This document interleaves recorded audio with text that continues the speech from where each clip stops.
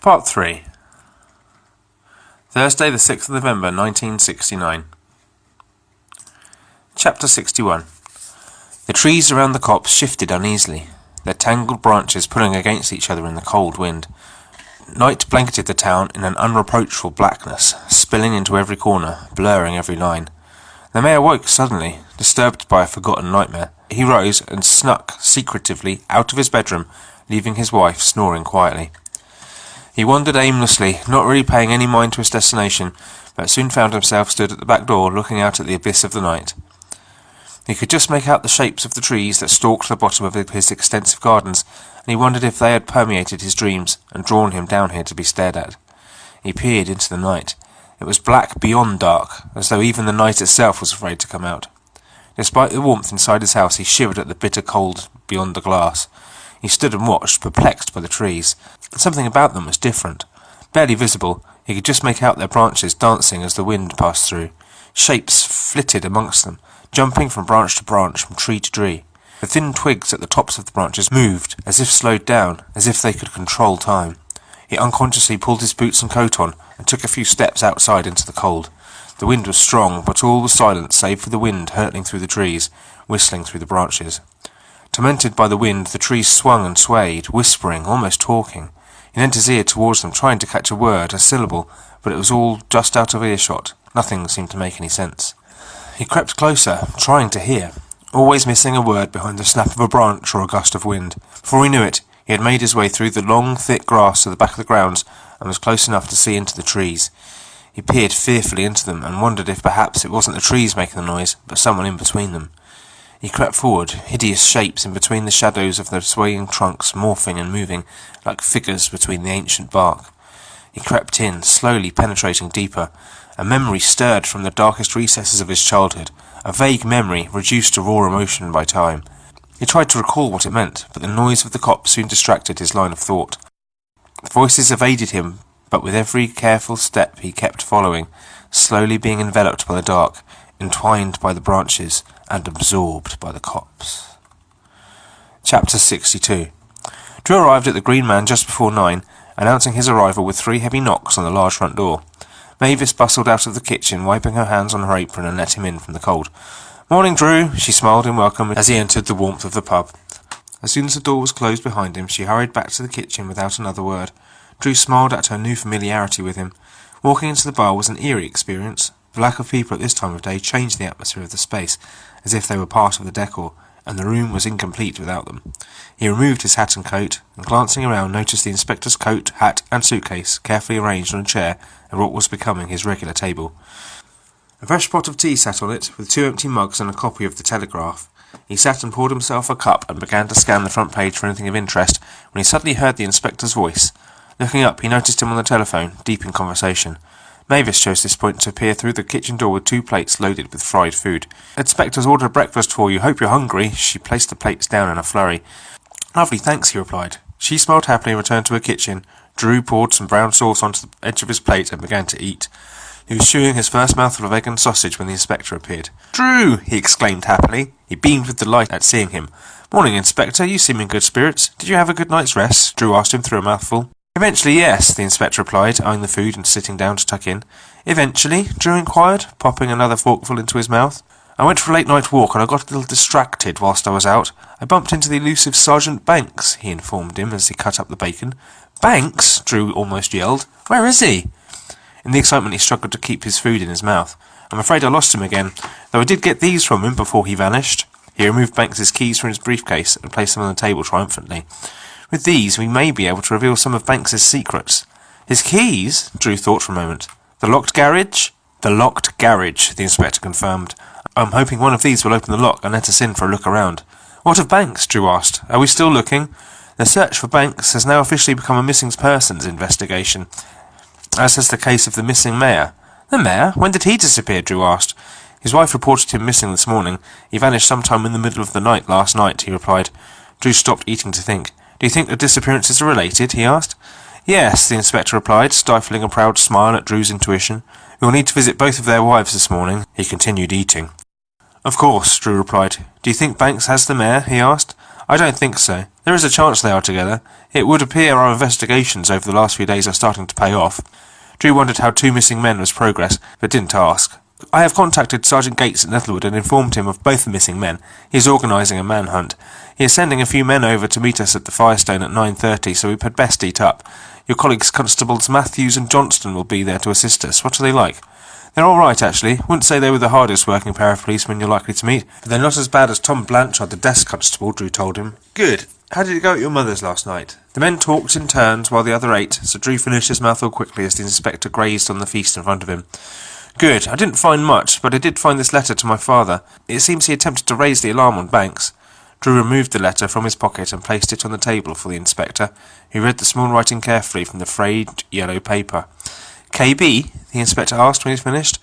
Yes, not sure who it is, and my mum didn't seem to know either. Well, I'll put a call and see what we can dig up, the inspector assured him. We could also ask Sergeant Gates if he recognises the initials. Yes, sounds like a good idea, Drew agreed. I'll need to hold on to the letter, he explained to Drew, as evidence against Banks. Of course, Drew replied, pleased to have found something useful for the inspector. Did you find anything else? He carefully placed the letter to one side. Only some old newspapers. I read a couple last night cover to cover. The only connection I could find in them was a couple of mentions of fires, or the remains of fires being found. One was in a farmer's field, the other by the side of the road.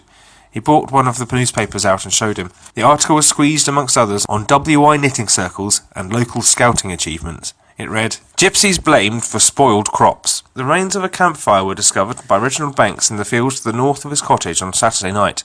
Nettlewood Fire Brigade confirmed no reports of fires during the night and are not treating it as suspicious. Banks confirmed seeing a gypsy caravan the previous day and suspected they had used his field to camp before moving on. Although some damage was caused to the surrounding corn, he is not looking to press charges. I would love to know the whereabouts of these fires, the inspector said, considering carefully. Did the other article mention what road it was on? It just says Beeper Chute, no other clue, I'm afraid. I bought this article for you to read as it seems everyone just believed Reg Banks's father, about what the fire was and how it got there, Drew informed him, with hushed breath in the empty bar. What's wrong with that? The inspector asked, playing devil's advocate to Drew's theories. Well, what if he was hiding something? And it's the same thing Banks Jr. is hiding, or seems to be hiding. And whatever it is has been well hidden for a long time, the inspector replied. Like those bodies at Bill's, Drew pointed out. The inspector rubbed his chin, preferring it clean-shaven. It's a very interesting theory, but we still don't have anything to connect Banks to the body, or to the bodies in Bill's house, the inspector pointed out factually. Nor can we provide any evidence to disprove Reg Banks' explanation for the fire. He paused. We need evidence, he added, to encourage Drew. Drew looked at the inspector, then at the keys. He finished his last mouthful of breakfast just ahead of the inspector. Well, then we'd best be off, Drew suggested, before downing the last of his tea. Yes, my good man, we shall, the inspector agreed. I feel today will be extremely busy, he warned him. The inspector put the papers and letter that Drew had found safely into his briefcase. To the Firestone first, Drew asked as he led them to the car. Yes, the Firestone, the inspector confirmed. It was only a short drive, and the inspector was pleased to see that the officers from Nettlewood and Firestone had already arrived and were huddled together in conversation. Drew parked the car and they approached them, walking comfortably side by side. Good morning, gentlemen. Thank you so much for coming on such a cold morning. At the sound of the inspector's voice, they broke off their meeting and turned to face him. No problem, Inspector, the bravest muttered back. Judging by his distaste for the cold, the inspector guessed that it probably was a problem for him, but he didn't press it. Inspector, this is Constable Matthews and Johnston from Firestone. Drew introduced them in turn, and they shook gloved hands. I'm Jim Moyer from Nettlewood Constabulary. Constable Moyer introduced himself and motioned to his partner with a nod of the head. And this here is Constable Bob Renwick, he informed him. Well, thank you all for coming, the inspector replied kindly. Matthews and Johnston were noticeably older than the Nettlewood officers, who were pushing 40 themselves. Have you all been briefed? The inspector asked, his words puffing it out in clouds of steam in the cold. Yes, Inspector. I had a call from Frank this morning. We're here to look for Banks, Matthew replied through chattering teeth. Indeed, we also have a second missing person on our hands. The mayor is now missing. The men shared a concerned look. Now, I last saw Banks here last night at about 1 a.m. He pointed at the spot on the ground where he had left him. The car he had been hidden behind had now been driven away, leaving the road stark and empty in the pale morning light. The thin trail of blood could just be seen on the road. When I left him, he was unconscious. I was gone for about 10 minutes, and when I returned, he had disappeared. I followed this trail of blood that led me to believe he had made his way into the copse over here. They followed the trail together, the inspector taking photographs of it on the way, which led them to the side of the road where the trees vied for space. We have forces in the surrounding areas keeping an eye out for him. However, it is my presumption that he is still somewhere in here. He motioned to the trees. Do you want us to search for him in there? Constable Johnson asked, not attempting to hide the trepidation in his voice.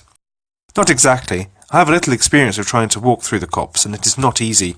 I want you to see if Banks could have made his way through the trees, and perhaps find where he might have come out of them again. Also, some door-to-door inquiries might be a good idea, and perhaps a look through people's sheds and gardens. They all nodded respectfully throughout, putting their minds to the task at hand. Please report anything you find immediately to Nettlewood. I will be there later and will be looking for an update. Any questions? No, Inspector, they all called back, setting themselves for the grim task ahead. Wonderful. Hope to see you all later. Drew, shall we pay a visit to Mrs. Banks? They left the men to their thankless task, returning to their car and quickly setting off once more. Chapter 63. The door to the Banks house was opened by a forlorn Mrs. Banks, whose poor face fell a little further when she saw the two policemen at her door again. Oh, good morning, Inspector. Drew, she greeted them feebly. Morning, Drew replied politely with a reserved nod. Good morning, Mrs. Banks, the inspector said quickly and respectfully. Have you seen or heard from your husband this morning? No, Inspector, I haven't. Her voice was nervous. She was obviously scared. He went out for dinner and didn't come home last night. I see. Tell me about his actions yesterday. From coming home to going out again, he asked kindly. Well, he came home late from work.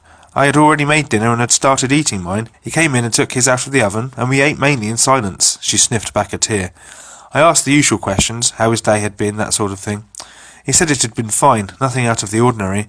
I always asked the usual questions, how his day had been and that sort of thing. He said it had been fine, nothing out of the ordinary. I always asked after the constables, but he said he hadn't seen them all day. Mostly they had been out on his beats when he was in the station. I told him about you coming to look here for him, that you couldn't find him. What was his reaction to that? The inspector asked, jotting notes down into his little book. He said he knew you'd been here, and that he knew you'd been looking for him. Seemed dead pleased with himself about it and all. I see, the inspector replied, more calmly than Drew thought he might have. Did he mention where he'd been at all? The inspector was the epithet of calm. His voice was soothing and smooth. He used his years of practice to put her at ease. No, he said that he couldn't understand why you couldn't find him, as he had been around all day. I see. He paused to scribble notes. And what did he do after dinner? He asked with quiet understanding. He finished eating and left the house again straight away. I asked when he'd be back, and he just said, sooner or later. Do you have any idea where he might have gone? Perhaps he had arranged another evening with his friends, he suggested, hoping that perhaps he had met up with the mayor. She shook her head defiantly. No, he always tells me if he's going out with them, and he always comes home even if he is usually a bit late. The inspector nodded reassuringly. Well, I'm sure he is fine. We have launched a search party, and we will keep you informed should we find him. Thank you, Inspector, she nodded appreciatively. Whilst looking for him, we discovered his keys, the inspector informed her gently. Her bottom lip quivered a little at the thought of her husband without his keys, but she managed to keep herself from crying. Drew and I were hoping to have a look around the garden and perhaps in the garage. You never know, something there might cast light on his whereabouts. The inspector mentioned it airily, almost casually. Of course, help yourselves, she replied. Her head hung remorsefully. Please try not to worry. You should stay here by the telephone in case he returns or tries to call you. She nodded absently in agreement. He's not a bad man, you know, she said suddenly. He don't always treat me right, but he's not a bad man. She didn't look up from the path, and her head kept nodding as she tried to reassure herself. Drew restrained himself professionally. He knew she was trying to justify her emotions, trying to justify why she missed the man she had feared all these years. She closed the door without another word, leaving Drew and the inspector feeling a little sorry for her. Now, let us see what is hidden inside the garage, shall we? The inspector turned to Drew and removed the keys from his case. They walked around to the side of the house and to the large garage door when the inspector tried the handle. A solid rebuff confirmed it was still locked, so he tried each of the keys in turn until one fitted. After the third try, the lock suddenly shifted open with a satisfying clunk. There were another two locks at the top and the bottom, and the inspector found the keys for them all next to each other on the keyring. Finally the door gave with a hard shove, and opened a crack to reveal little more than the room was going to be dark and musty. Wonderful, we're in, the inspector smiled happily as he peered into the bleak darkness behind the door. Drew held him back a moment. Inspector, how can you be sure that we won't find Banks hiding in here? He might have had a spare set of keys hidden away somewhere, he warned. He could be waiting for us. We can't, but let's hope we do. I honestly doubt it. The inspector pushed the old door open the rest of the way, with a barge from his shoulder. It was oaken and heavy, not the sort of door you might expect to find in a garage. After the initial shove, the door swung open remarkably easily to reveal a deep darkness within. The meagre sunlight did little to illuminate it, so the inspector fished his torch out of his case and broke through the blackness with its beam. He began surveying the interior walls under its halo of light for a switch. Ah, here we go. Drew spotted it and flicked it on. The bulb that hung in the centre of the ceiling cast a dim light around the room that revealed piles of boxes cluttered at the edges, huddled together as if protecting themselves from the light. The inspector removed his camera from his bag and took a few pictures inside the garage. The flash filled the dark room with light for an instant with each picture he took. Strange shadows danced in the corners, shapes lurched out of the darkness at them. Now, shall we see what these are hiding? The inspector suggested. Drew nodded, and they began opening boxes. The first one Drew opened contained old sheets, damp and mould-ridden. The second contained mostly pots and pans, but also had a collection of mouldy, worn-out shoes at the bottom. The inspector began by opening the closest box to him and found an ancient pile of books, the pages swollen with age and damp, but the covers frayed from years of abandonment. He pulled a few out and tried to study the titles under the thin light. A thick layer of dust had gathered on top of the boxes, which slowly filled the air as they searched. "I have a question," Drew informed the inspector. "Yes," he replied from behind a swollen copy of Treasure Island. "Why would someone want to keep worthless rubbish such as this under lock and key, and carry the keys around with him every day on an already full keyring?" "Very good questions," the inspector agreed. "And why would he not allow his wife to have access?" "Yes," Drew replied in agreement. "If he was coming in here, what was he doing? If he wasn't coming in here, where was he going?" The door was suddenly blown closed by the wind, which sent dust up into the air with a flurry. The smell of damp was strong, and with the door closed the smell intensified. The inspector opened it again, propping it open with an old woodworm-infested spade he found tied to the wall by spiders' webs. The light was barely bright enough to see, and Drew found himself having to pull items out of boxes and angle them to the bulb to try and get a better idea of what he was looking at. The inspector pulled a dust-covered blanket away from one corner to reveal a pile of furniture crudely stacked. "He is certainly not coming here to sort through his belongings," he mentioned. They continued to search, yielding little that was of any interest. Drew was about to suggest they gave up when he opened a large wooden crate hidden away at the back. "This one's empty," he called to the inspector, who was studying some old car parts on a shelf. It was too dark to see the bottom clearly, so the inspector shone his torch inside. "Interesting, it doesn't seem to have a bottom." The floor of the garage was hard, cold concrete. However, the floor under this box consisted of wooden planks. There was also a latch. "It looks like a trapdoor to me," Drew pointed out. The box was deep, neither could reach the bottom. "Hold on a moment." The inspector leant into a box he had been searching through and pulled out a walking cane. "I found this earlier, might just do the trick." He lowered it into the box, hooked the latch with the crooked end, and pulled. The door was heavy and awkward to lift, but together they heaved it open. Inside, a stone staircase led down into a dark cellar. "Well, it would appear we have found what we have been looking for." The inspector aimed the beam from his torch inside, but the light was lost at the depth of the stairs. "Hello?" the inspector called down. "Sergeant Banks, are you there?" The inspector's voice echoed back to them from the dark depths in reply. "Well, shall we get down there and have a look?" the inspector suggested after a few seconds of eerie silence. "Drew, could you help me up?" With a short struggle, the inspector climbed over and into the box, then stepped awkwardly down onto the staircase. He helped Drew over as best he could, and they began to descend the stairs into the gloom. The light of the dim bulb on the garage ceiling was lost within a few steps. The inspector's torch valiantly tried to show the way, but its light failed to pervade usefully through the bleak darkness that awaited them. "Do you think he is down here?" Drew asked, doing well to hide the mix of fear and excitement in his voice. Their voices echoed strangely in the unseen space. The inspector was as calm and collected as always. This was, Drew presumed, the sort of thing he did all the time. "Whatever it is, Sergeant Banks has gone to a lot of trouble to hide it from the outside world," the inspector replied. The staircase was narrow and cold. Damp clung to the walls, and as they descended deeper, the breath began to steam in front of them. They soon came to an ancient door with a thick, heavy bolt that slid from it into the cold, damp wall. The bolt was secured tight with a shining, modern, stainless steel padlock. On the door itself was an ornately carved face, old and haggard. It had been carved to look as though it was in the process of screaming, eyes wide and tongue out. "My, what an ugly fellow," the inspector commented jovially, trying to keep the atmosphere light. They both knew the carving was there for more than decoration. It was clearly there to strike fear into the hearts of any unwelcome visitors. The inspector took 2 photographs of it. "Yes," Drew muttered back, trying not to let the door's warning have an effect on him. The inspector began trying keys in the lock. "Here, let me hold that." Drew realised he could be more help than he was, and took the torch from him to shine onto the keys. The padlock was heavy, and was not going to be easily removed if they couldn't unlock it. He began trying the smaller keys, but they were abundant and rather fiddly. After a few failed attempts, the inspector gave up and produced his lockpicks, which opened it in a few seconds. "Wish I'd done that in the first place," the inspector shrugged. They gave the door a shove, but it didn't budge. He looked carefully around the edges. Ah, there appears to be more locks. These are too cumbersome to pick, but the keys should be easier to find. The inspector studied the bunch in his hand and chose a clean new one that didn't look as though it belonged to this door at all. It did, however, unblock the first bolt. There were 2 similar keys with it on the bunch, and these opened the next 2 locks. Though the keys were new-looking, the locks were stiff with age and were a struggle to open. Eventually, all the locks were free from the wall, and with a combined effort they pushed their way through. It was hard to tell how large the room they had entered was due to the lack of light, but by the way the sound of the door opening fell into the space they could tell it would be large. Drew shone the torch into the room, but it was too dark for the light to penetrate far. The inspector noticed under the dim torch that the walls had candles in holders placed on them, so he pulled a Zippo from his case and began lighting them to little effect. "I feel we may need more than candlelight to show us the way. Drew, would you be good enough to get your torch from the squad car? I will light these and continue the search."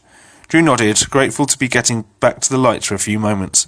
He climbed back up the stairs into the garage, leaving the inspector alone in the darkness. When he returned, the inspector could not be seen, but the candles had been lit around the walls, revealing the space to be high as well as wide and long. Drew swayed his torch around him to get an idea of what the room was like. It was supported here and there with thick wooden beams, and strange symbols were drawn out on the floor in thin white lines. Somewhere in the darkness ahead he could hear the familiar clicking sounds made by the inspector's camera. He then noticed the flash penetrating the darkness briefly, and followed its direction. He was led down a corridor, and ahead Drew could just make out the dim light of the inspector's torch, illuminating him, making careful notes in his notepad. Drew approached the inspector, who didn't seem to have realised that he had returned, but suddenly, and without looking up, he said, "Ah, Drew, thank you for getting the torch. It's much better than my little thing here." He switched it off and placed it in his pocket. "I had 2 at home and put them both in my car a few days ago. I thought you might want one for yourself." Drew passed him the spare one. "You are an enterprising and thoughtful young man, thank you." The inspector switched it on, the light being bright in the zone. He noted down a few more readings in its light, then turned to Drew. "This strange underground lair of Manx's has several rooms leading off of it. Would you feel able to investigate one way while I went another?" Drew didn't like the feeling of the place they had found themselves in. It was not quite fear, but a feeling of the ominous, a feeling that something was just outside of his view, hiding in the shadows beyond the range of his torch. He swallowed his irrationality down into his gut and tried to ignore it as he had on Sunday night. "Of course, we could get this over quicker then." He shivered at the cold. It penetrated his clothes, biting his skin. They took their torches and followed a wall each, the inspector continuing along the wall he was already exploring, lighting the candles as he went. Drew retraced his steps back to the door, continuing past it and down a long corridor leading in the opposite direction to the inspector. He plucked a lit candle from the wall and began lighting candles as he found them. These had obviously been used fairly recently. There was no damp to hamper their lighting, and there had not been enough time for dust to settle on them. The candles began to illuminate the bare walls around the room with a constantly shifting orange glow, but neither their heat nor their light managed to infiltrate far into the room. The men made their way down the thin corridors leading off of the main room, and it wasn't long before the candles stopped appearing on the wall. With a heavy heart, Drew bravely shone his torch ahead to investigate the darkness. The inspector followed his corridor from the main room, stalking down it carefully. The walls were white and wet with chalky water. The blackness was complete. It penetrated the thin corridor completely. As he continued on his way, he almost stumbled over more steps, which led down to a second chamber. The inspector followed the steps down into the new depths. There wasn't as many steps here as there had been leading down from the garage, so he soon reached the bottom and began to cautiously stalk along another thin corridor. The inspector shone his torch ahead and noticed that recesses had been dug into the wall, 3 high, each about 2 feet in height. They stretched along the walls out of sight into the darkness, beyond the beam of his torch. He walked up to the first recess and shined the light in, squinting at the contents to try and make out a familiar shape. When he realised what he was looking into, his eyes widened in shock. He moved his torch beam into the next one, and the next. Each contained the same thing. "Drew!" he called at the top of his voice, turning and running back up the stairs. "Drew!" he called again as he sped quickly back along the corridor up the stairs. He followed the route Drew had taken and discovered that the tunnels were symmetrical, and so he followed the corridor along and down another flight of steps and found Drew looking into a recess similar to the one he had found. He turned to the inspector. "It's fine, Inspector, I'm fine," he reassured him. The inspector nodded and realised he needn't to have worried. "It's the same the way I went. There must be at least 50 or so sets of remains down here," he told him, panting in the cold dark. He shone his torch inside to confirm that the contents were the same as he had found, corpses in the advanced stages of decay. Despite the inspector's panic, Drew was not distressed as he had expected. "I also happened upon this." Drew led him further down the corridor, past more reclusive recesses, to a filing cabinet sat in the darkness, perfectly out of place.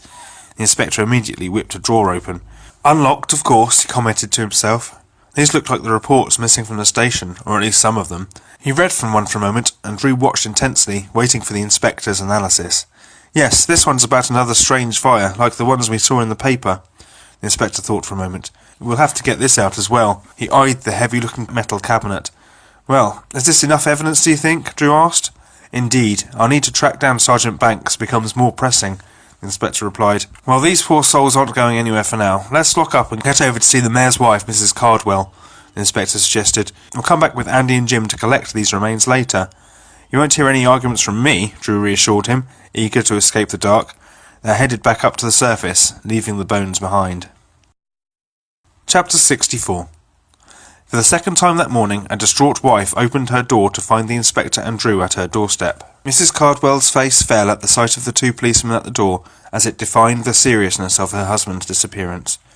"Good morning, Mrs. Cardwell. I'm here about your missing husband," the inspector informed her calmly with a tip of his hat. "Oh, good morning, Inspector," she nodded to them both quietly. "I woke up this morning and he was gone. I'm sick with worry," she explained, shaking. "Was he home last night?" Drew asked. "When was the last time you saw him?" "Yes, he was home. We went to bed about 10, and he was there when I went to sleep. But when I woke up to go to the toilet at about 4, he was gone." She sighed deeply, her eyes wide with worry. "That's when I called the police," she explained. "May we come in?" the inspector asked kindly. "Yes, of course." She held the door open for them and the two men entered the house. "Is there anything of his missing? Any clothes you think he might be wearing? Shoes, coats, anything we can use in a description?" The inspector asked Mrs. Cardwell gently as they entered the impressive hall where they had stood a few days earlier. She sniffed sadly into a handkerchief. "I don't know. I'll take you to where we keep our things," she sighed, and led them through a series of grand corridors to the rear of the house, where they came to a large kitchen with generous oak worktops and cupboards. A huge table sat in the middle, and an Aga filled the room with a comforting heat. Along one wall were set large windows looking out onto the grounds at the rear of the property. At the edge of the ground stood the trees, huddled together, guarding their secrets.